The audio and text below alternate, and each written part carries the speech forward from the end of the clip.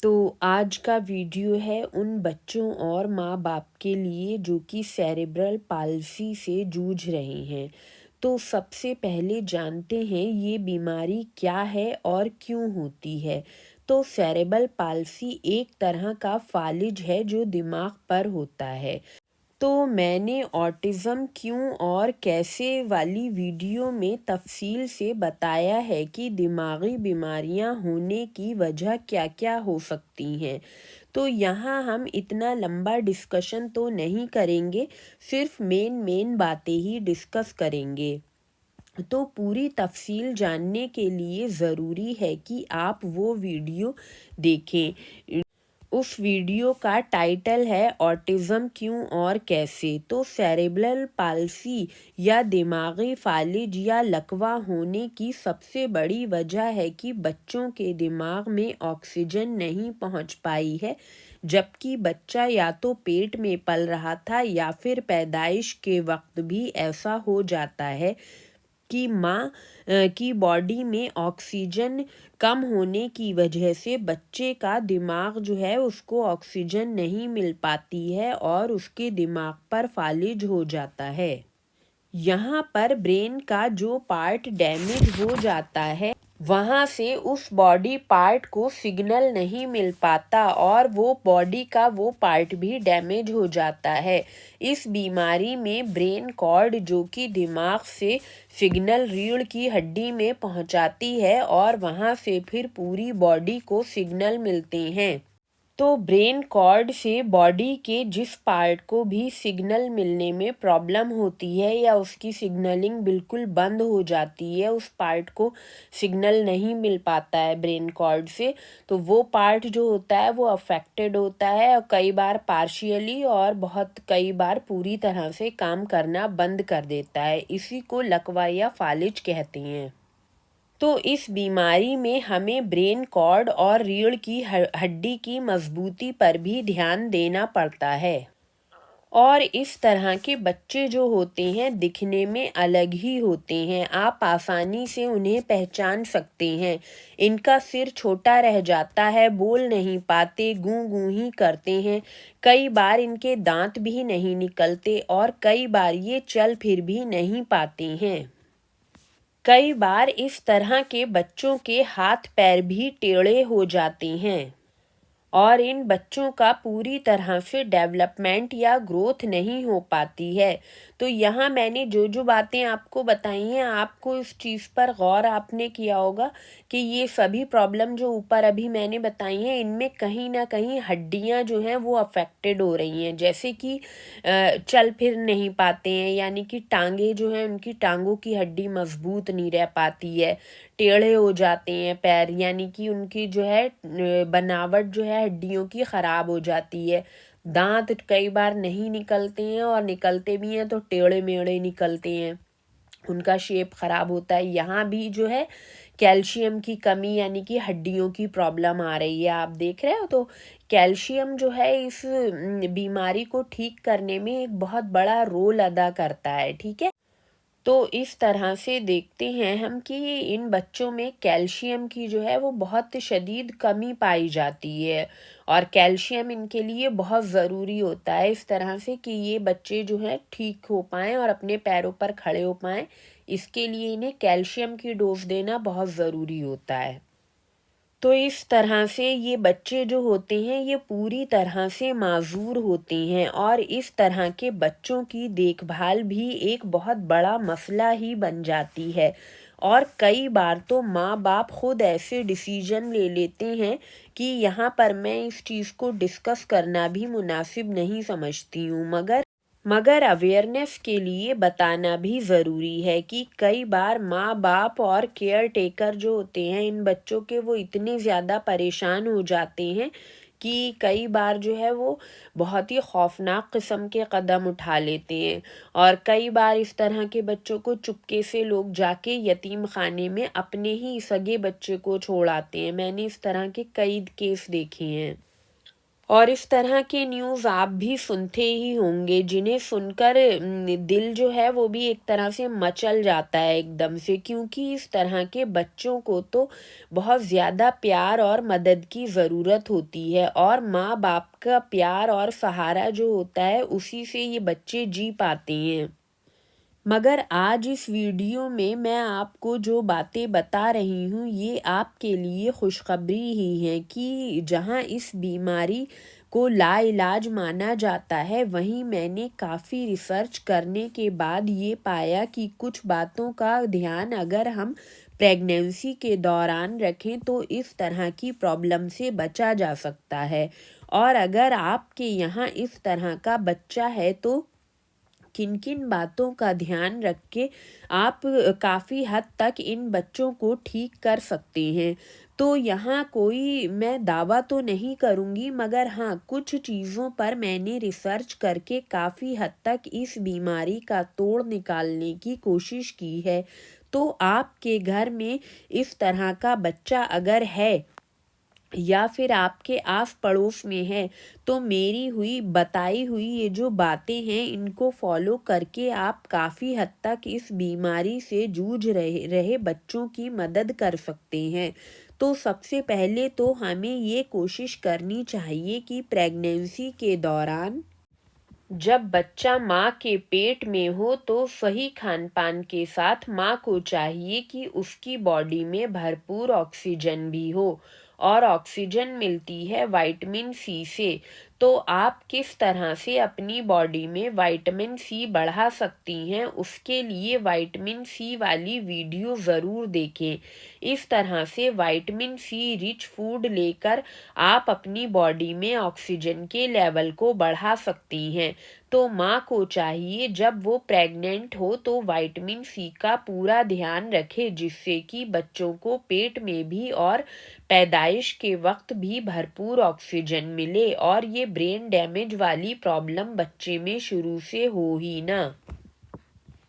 इसके अलावा प्रेग्नेंट औरतों में खून की कमी नहीं होना चाहिए, क्योंकि हमारा जो खून है वही ऑक्सीजन को कैरी करता है, और जो बच्चा जो है वो अपना जो कॉर्ड होता है ना, उसका जो नाल होता है, नाल से वो माँ का जो ब्लड होता है, ब्लड से ही उसको ब्लड ही उसका खाना होता है। माँ के अंदर जो खून होता है वो उस कॉर्ड, वो जो उसके कॉर्ड होती है, नाल जिसे हम कहते हैं, उसके ज़रिए ही वो उस खून, माँ का खून जो होता है अपने अंदर लेता है, और खून में जो भी न्यूट्रिएंट होते हैं वो भी लेते बच्चे को मिलते हैं, और उसके साथ एक बहुत बड़ी चीज़ जो होती है वो ऑक्सीजन, क्योंकि ऑक्सीजन कैरी करने के लिए बॉडी में ब्लड की सप्लाई होना बहुत ज़रूरी है। अगर आपके अंदर खून की कमी होगी तो जाहिर है कि आपके ब्लड में ऑक्सीजन की भी कमी होगी, ठीक है। तो आपके अंदर अगर ऑक्सीजन की कमी है तो फिर वो खून जब बच्चा लेगा तो उसको भी ऑक्सीजन कम मिलेगी। तो बच्चे को भरपूर ऑक्सीजन मिले इसके लिए एक तो विटामिन सी आपकी बॉडी में होना चाहिए, और दूसरा जो है आपका ब्लड कम नहीं होना चाहिए। तो ब्लड जो है आप किस तरह से, कौन सी चीज़ें आप खाएं जिससे कि ब्लड आपका भरपूर बन सके, इसके लिए मैंने 2 वीडियोस बनाई हैं, आयरन के फ़ायदे और कॉपर के फ़ायदे, और साथ में एक अनार के फ़ायदे करके भी वीडियो बनाई है, तो वो भी आप ज़रूर देखें। तो इसमें आपको पता चल जाएगा कि आप क्या चीज़ें खाएं और किन चीज़ों का सपोर्ट आपको लेना चाहिए, जिससे आपकी बॉडी में जो है खून की कमी ना हो और खून आपका जो है बहुत मज़बूत और अच्छा बन सके बॉडी में। तो ये वीडियोस आप ज़रूर देखें। इसके अलावा प्रेगनेंसी के दौरान माँ को चाहिए कि उसकी बॉडी में कैल्शियम भी अच्छी मिकदार में हो, जिससे कि बच्चे की हड्डियाँ भी मजबूत हों और बच्चे का दिमाग अच्छी तरह से काम कर सके। तो कैल्शियम किस तरह से आप अपनी बॉडी में पूरा कर सकती हैं, इसके लिए कैल्शियम वाली वीडियो ज़रूर देखें। कभी कभी डिलीवरी के वक्त भी माँ के अंदर ऑक्सीजन की कमी हो जाती है, और ऐसा अक्सर तब होता है जब माँ में खून की कमी हो, तो उसमें ऑक्सीजन की कमी कभी कभी डिलीवरी के टाइम हो जाती है।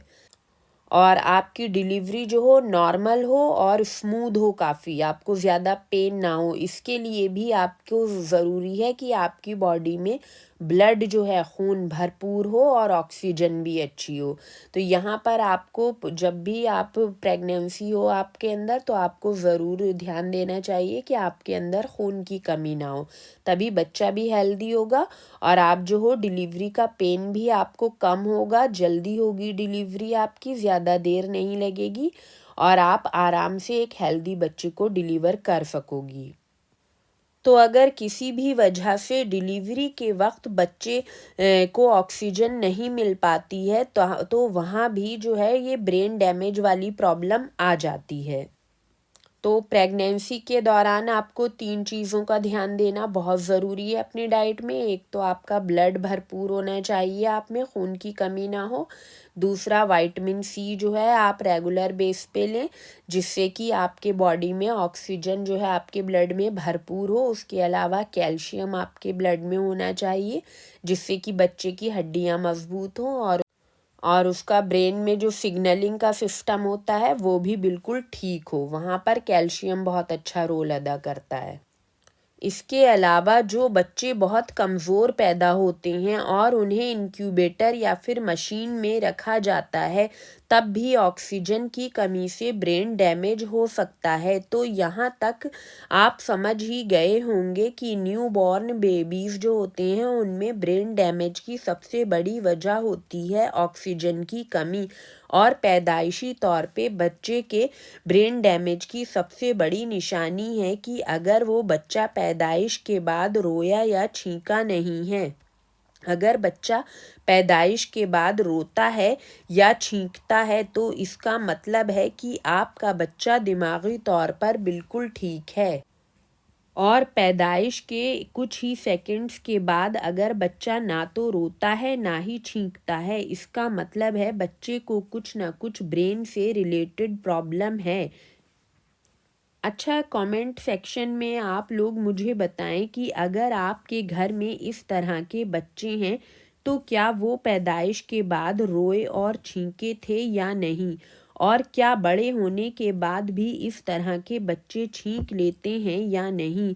क्योंकि कई बार देखा गया है कि बच्चा बड़े होने के बाद भी, चाहे उसे कितनी ही ठंड लग जाए, नज़ला ज़ुकाम हो जाए, मगर वो छींकता नहीं है। ऐसा भी कई बार देखा गया है।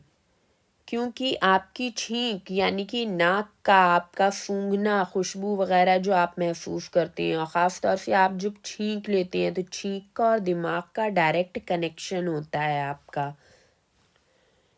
तो ये बात आप मुझे कमेंट सेक्शन में ज़रूर बताएं कि इस तरह के बच्चे अगर आपके घर में हैं, तो क्या वो छींकते हैं या नहीं। तो इस तरह से इतना डिस्कशन करने का यही मकसद था कि माँ जो है उसको प्रेगनेंसी के दौरान अपने खाने पीने का अच्छे से ध्यान रखना चाहिए और टेंशन नहीं लेना चाहिए किसी भी तरह की। और प्रेग्नेंट जो लेडीज़ होती हैं उनको चाहिए कि उनकी डाइट में भरपूर फैट यानी कि चर्बी, रेड मीट और दूसरे जो प्रोटीन से भरपूर खाने होते हैं वो अच्छी क्वांटिटी में हों। इसके अलावा पीले और हरे रंग के फल और सब्जियां जो हैं वो उन्हें खाना चाहिए, क्योंकि पीले और हरे रंग से जो होता है विटामिन सी भरपूर मिलता है, ऑक्सीजन मिलती है बॉडी को। इस तरह से ये 3 चीज़ें जो हैं, गोश्त, चर्बी और ये जो है मैंने बताया पीले और हरे रंग के ख़ास तौर से जो फल होते हैं, वो आप जो है एक क्वांटिटी में आपको लेना चाहिए अपना डाइट बनाते टाइम पे। फल अगर खा रही हैं तो इस बात का ध्यान रखें कि फल जो हैं दोपहर के बाद ना खाएं, नाश्ते के टाइम सुबह में खाएं, ठीक है। और ठंडी का टाइम है तो आप उबाल के थोड़ा सा ले सकते हैं उसको, अगर ठंडी लगने का ख़तरा है आपको, ठीक है। और हरी सब्जियां जो हैं वो पका कर ही खाएं, कच्ची ना खाएं, सलाद वगैरह, इस बात का आप ध्यान रखें। तो प्रेगनेंसी के दौरान अगर आपको कोई प्रॉब्लम है जैसे डायबिटीज़ वगैरह है, तो खैर आपको एक डाइट प्लान लेके चलना पड़ेगा कि आपको ग्रेन वगैरह जो है, ख़ास तौर से गेहूँ बहुत कम ही खाना पड़ेगा, बहुत ना खाएं तो ये अच्छा है, कम से कम खाएं। और अगर आपको कोई प्रॉब्लम नहीं है, आपकी मतलब कोई बीमारी में आप नहीं घिरे हुए हो, तो फिर जो है अपनी मतलब डाइट में हर चीज़ रखो, एक मकदार में रखो, और एक ये ध्यान रखो कि कौन सी चीज़ किस टाइम खानी है। तो और सब चीज़ें तो आप प्रोटीन फैट किसी भी टाइम ले सकते हो, कोई ऐसा मसला नहीं है। मगर ये सब्जियों और फलों में थोड़ा सा मसला आता है, कच्चे में ख़ास तौर से। तो फल अगर आप खा रही हैं, मौसम के फल खाइए आप, कोई प्रॉब्लम नहीं है आपको। लेकिन वो ये है कि आप सुबह में खाइए, अपने सुबह में जैसे आप अगर ब्लैक टी लेते हैं नमक वाली लीजिए, चीनी जो है चीनी कम से कम ही खाएं तो ये अच्छा है। और अगर लेती हैं तो ठीक है, ले लीजिए चाहे, कोई नहीं। और अगर फ्रूट खाना चाहती हैं तो सुबह से दोपहर के टाइम पे खाइए बस, ठीक है। शाम के टाइम पे अगर खाने का मन है तो फिर वो पका हुआ होना चाहिए फल, ठीक है। और ठंडी अगर बहुत है तो भी पका के खाओ, यही अच्छा रहता है। और जिससे कि ठंड भी नहीं लगेगी और उस फल का जो है कोई अगर साइड इफ़ेक्ट होगा वो भी नहीं लगेगा आपको। और हरी सब्जियां, कोई भी सब्जी खा रहे हो मौसम की, तो फिर वो ये ध्यान रखो कच्ची सलाद वलाद मत खाओ। सब्जियों को जो है पका के खाओ आराम से, ठीक है। गोश्त में डाल के, फैट डाल के, उसको चर्बी में अच्छे से पकाओ। और चावल सबसे अच्छे होते हैं, चावल चावल से खाओ। कभी कभी रोटी भी खा सकते हो, ऐसा मसला नहीं है, मगर रोटी थोड़ी कम ही खाओ। और अगर खाओ तो ख़मीर करके, अगर हल्का ख़मीर उठा लो रोटी में तो वो ज़्यादा अच्छा होता है, उसको डाइजेस्ट भी इजी हो जाती है और उसका शुगर का कंटेंट जो है वो भी कम हो जाता है खमीरी रोटी का। और वो अच्छी भी लगती है, बहुत सॉफ्ट हो जाती है। और चावल तो आप खा सकते हो आराम से, एक टाइम दो टाइम कैसे भी जो आप खाना चाहो खा सकते हो। तो अगर इस तरह से प्रेगनेंसी के दौरान आप अपने खाने पीने का अगर ध्यान देंगी तो एक तो आपकी प्रेगनेंसी बहुत अच्छी होगी, मतलब कोई प्रॉब्लम आपको नहीं आएगी। अगर बीच में कोई प्रॉब्लम लग रही है तो अपने डॉक्टर से कंसल्ट कर सकती हो आप। और वरना आपकी प्रेगनेंसी जो है स्मूथ चलेगी और आपकी डिलीवरी भी अच्छी होगी, मतलब ज़्यादा आपको पेन नहीं होगा, नॉर्मल डिलीवरी होगी। आप देखो, आप अपने खाने में अगर प्रोटीन और फैट खूब भरपूर रखते हो ना, तो फिर जो है आपको डिलीवरी में बहुत आसानी होती है, डिलीवरी में बहुत देर नहीं लगती है और आसानी से हो जाती है, ज़्यादा पेन भी नहीं होता है और इजीली आप बच्चे को डिलीवर करते हो। और अगर खाने पीने का ध्यान रखोगे तो फिर आपका बच्चा भी जो है 100% अच्छा पैदा, नॉर्मल पैदा होगा और सेहतमंद पैदा होगा। देखो, सेहत पाने के लिए बहुत सारी दवाएं और बहुत सारा पैसा खर्च करने की ज़रूरत नहीं होती है, थोड़ी सी समझदारी से आप काम लें अगर, तो आप जो घर में नॉर्मल खाने खाते हो वही खा के आप जो है बहुत आराम से अपना जो है बड़ी बड़ी बीमारियों को भी ठीक कर सकते हो और अपने बजट में रहते हुए आप जो हो अपना खूब अच्छे से ध्यान भी रख सकते हो, अपना सारा मतलब खाने पीने का सही से हिसाब किताब कर सकते हो। क्योंकि गोश्त की डाइट जो होती है ना, वो गोश्त और चर्बी वाली जो होती है डाइट, बहुत सस्ती डाइट होती है और बहुत हेल्दी डाइट होती है। अब फल फ्रूट जो है वो बहुत महंगे होते हैं, आपको तो पता ही है। तो आप थोड़े बहुत, क्योंकि देखो प्रेगनेंसी के दौरान ये चीज़ें अच्छी भी लगती हैं, अब हर टाइम तो नहीं खाया जाता है ना गोश्त वोश्त। तो सुबह नाश्ते में थोड़े से फल ले लिए आपने, थोड़े ले लो, कोई जितना आप ले सकते हो इजीली। और इतना तो सब कर ही लेते हैं। अब आप ये सोचो कि दवाओं में कितना पैसा खर्च हो जाता है, तो ये समझ लो कि दवा के तौर पे हम थोड़ा सा खा रहे हैं, बहुत ज़्यादा फल भी खाने की ज़रूरत नहीं है कि वो आपको प्रॉब्लम करें, क्योंकि फल में भी शुगर होती है। तो एक मकदार में, क्वांटिटी में आप कर 250-300 ग्राम 400 ग्राम तक खा सकते हो नाश्ते में। बाकी ये ड्राई फ्रूट्स महंगे महंगे और ये फलाना ढिमकाना और ये दवा वो दवा, कुछ भी आपको करने की ज़रूरत नहीं है। आप, हाँ, अगर आपको मंचिंग करने का दिल चाह रहा है, आपको पास अफोर्ड कर सकते हो तो थोड़ा सा खा लो आप। वरना आप अगर ये जो 3 चीज़ें मैंने आपको बताई हैं, एक तो गोश्त, चर्बी होना चाहिए खाने में आपके और अच्छी मिकदार में, और थोड़े से अगर आप अफोर्ड कर सकते हो तो फ्रूट ले लो। और अपना जो है सब्ज़ी वगैरह नॉर्मल जो खाते हो वैसे ही अपने गोश्त में डाल ली, कभी सादी भी बना के खा सकते हो, इस तरह से खा सकते हो। बस ये ध्यान रखो कि रोटी कम खाओ, अगर खाओ तो थोड़ा ख़मीर उठा लो रोटी में, उस तरह से खाओ। सब खा सकते हो, रोटी पराठा, ऐसा कोई मसला नहीं है, कोई इतना परहेज़ मत करो बहुत ज़्यादा वाला। खाओ सब चीज़, मगर एक क्वांटिटी में, मिकदार में खाओ। और चावल जो है वो तो बहुत अच्छी चीज़ है, चावल आप 2 टाइम, 1 टाइम खा सकते हो, ठीक है। इस तरह से अपनी डाइट को डिज़ाइन करो जिससे आपका बजट भी इधर उधर ना हो, और जो है आप आराम से अपना जो आपका पीरियड है वो भी ये प्रेगनेंसी का निकाल लो। फिर भी अगर 0.01% भी किसी और दूसरी वजह से भी बच्चा जो है इस तरह का आपका पैदा हो जाता है, तो अगर हम खाने पीने का अच्छी तरह से ध्यान देंगे उस बच्चे का, तो वो काफ़ी हद तक बच्चा जो है ठीक हो सकता है। मैं ये तो नहीं कहूँगी पूरी तरह से होगा या नहीं, लेकिन फिर भी काफ़ी हद तक अगर ऐसी प्रॉब्लम आ गई है बच्चे में किसी भी वजह से, तो काफ़ी हद तक अगर आप खाने पीने का उसका ध्यान दें तो वो काफ़ी हद तक अपने पैरों पे खड़ा हो सकता है। तो आपके बच्चे को ये प्रॉब्लम शुरू से हो ही ना, इसके लिए क्या करना है ये तो मैंने आपको बता दिया। अब उन बच्चों के लिए जिन्हें ये प्रॉब्लम है, तो उन बच्चों को क्या करना चाहिए, इसके लिए ऑटिज़म क्यों और कैसे वाली जो वीडियो है वो आप देखें, जिससे कि उस वीडियो में जो डाइट प्लान बताया है उसको आप पूरी तरह से समझ पाएँ। उसमें जो चीज़ें बताई गई हैं उसी तरह से डाइट को बच्चे की डिज़ाइन करिए। इंशाल्लाह कुछ सालों में काफ़ी आपको रिकवरी बच्चे में देखने को मिलेगी। आखिर में एक बात और कहूँगी कि अगर आपको पहले से ही पता चल गया है, मतलब चौथे 5वें महीने में अगर आपको डॉक्टर बताता है कि बच्चे को ब्रेन डैमेज हो सकता है, या और आपका डॉक्टर आपसे कहता है कि आपको बच्चे को ज़ाया कर देना चाहिए, तो अब आप देख सकते हैं। वैसे जो मैंने आपको चीज़ें बताई हैं, अगर डाइट का आप ध्यान रखेंगे ये प्रॉब्लम बच्चे में आएगी नहीं, ठीक है। फिर भी अगर डॉक्टर आपका कहता है कि बच्चे में मूवमेंट नहीं है, कोई प्रॉब्लम है बच्चे में, तो आप फिर देख लो कि आप बच्चे को कैरी करना चाहते हो या नहीं, क्योंकि इस तरह के बच्चे फिर पैदा हो जाते हैं तो उन्हें कैरी करने में बहुत परेशानी होती है। तो मैं तो यही कहूँगी, ना अपनी ज़िंदगी अज़ाब बनाओ, ना उस बच्चे की ज़िंदगी अज़ाब बनाओ, ठीक है। आप फिर अपना सोच समझ के फ़ैसला कर लो क्या करना है आपको।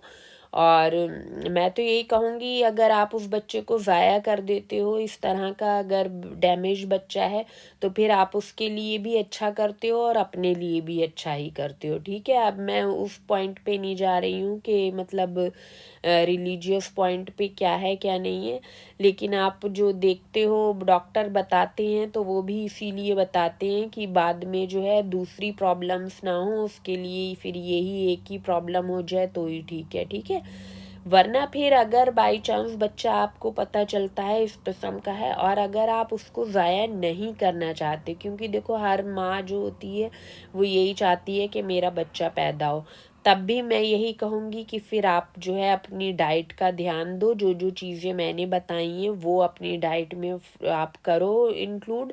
ये बाहर का खाना, उल्टा सीधा गंद वाला खाना, ख़ास तौर से ये जो तेल है जो कि डीजल होता है, मैं हर एक वीडियो में अपनी बताती हूँ कि आप ये तेल खाना शुरू बंद करिए बिल्कुल ही, ठीक है। तो इस तेल से तो आप पूरी प्रेगनेंसी के दौरान दूर रहिए बिल्कुल ही। बहुत ही ये ख़राब चीज़ है, एकदम आपको भी बहुत नुकसान करेगी और बच्चे को भी आपके। तो वो आप बिल्कुल मत खाइए, और जो चीज़ें मैंने बताई हैं वही खाइए। तो हो सकता है आपका बच्चा जो है पेट में ही ठीक हो जाए काफ़ी हद तक, ठीक है। तो आप उसको अगर डिलीवर करना चाहते हो, आप में इतनी हिम्मत है, तो आप कर सकते हो। वैसे मैं यही कहूँगी कि मैंने जो डाइट आपको बताई है, जो जो चीज़ों का आप ध्यान रखोगे, तो ये प्रॉब्लम आएगी नहीं बच्चे में, ठीक है। फिर भी 0.1% किसी और वजह से एक्सीडेंट हो जाता है, कभी कभी इंसान की ज़िंदगी में हो जाता है ऐसा, और आप बच्चे को आप कैरी कर रहे हो, और बच्चा जो है डिलीवर होने के बाद इस तरह का हो गया है, कुछ है उसमें चोट लग गई उसके या कुछ भी हो गया, तो आप फिर उसके डाइट का ध्यान दो उस पे, और वो जो है इंशाल्लाह कुछ सालों में जो है पूरी तरह से ठीक हो जाएगा। तो अगर आपको पता चल गया है कि आपके पेट में जो बच्चा है वो उसमें कोई प्रॉब्लम है, तो फिर भी मैं यही कहूँगी कि अगर आप उस बच्चे को कैरी कर रहे हो, तो फिर ये है प्रोटीन खाओ, खूब अच्छे तरीके से फैट खाओ, और विटामिन सी वाले जो फल वगैरह हैं उनको अपनी डाइट में शामिल करो, तो इंशाल्लाह बच्चा जो है बहुत ही ज़्यादा इम्कान है कि वो आपके पेट में ही रिकवर हो जाएगा और आपको अच्छी हेल्दी डिलीवरी आप कर पाओगे उस बच्चे के लिए। तो इस छोटी सी वीडियो में मैंने कोशिश की है कि इस बड़ी बीमारी के बारे में आपको कुछ इन्फॉर्मेशन दे पाऊँ। तो उम्मीद है कि आप इस वीडियो को समझ पाए होंगे। बाकी जो इलाज जो है, ख़ाली मैंने इस वीडियो में थोड़ी सी इन्फॉर्मेशन दी है इस बीमारी के बारे में। इलाज जो है उसके लिए आपको ऑटिज़म क्यों और कैसे वाली वीडियो देखनी होगी। आप वो वीडियो देखो ध्यान से, एक बार में समझ नहीं आए 2 बार देखो, 3 बार देखो, और उसमें जो जो चीज़ें मैंने बताई हैं उस तरह से अपने बच्चे की जो डाइट जो है उसको डिज़ाइन करो। और फिर देखो आपको साल भर में ही आपको इंशाल्लाह अच्छे रिज़ल्ट मिलना शुरू हो जाएंगे। और हो सकता है 8-10 सालों में आपका बच्चा जो है पूरी तरह से या फिर काफ़ी हद तक 80% तक ठीक हो जाए अपने पैरों पे। अगर माजूर बच्चा है तो वो भी अपने पैरों पे खड़ा हो पाए। ठीक है, थोड़ा पेशेंस रखना पड़ता है, लेकिन ये है इंशाल्लाह ठीक हो जाएगा। और बच्चे तो बहुत जल्दी ठीक होते हैं। हो सकता है बच्चे को 5 साल में ही बहुत अच्छा आपको जो है इम्प्रूवमेंट बच्चे में देखने को मिल जाए। तो फिर मिलते हैं किसी और वीडियो में किसी और इन्फॉर्मेशन या फिर रेसिपी के साथ।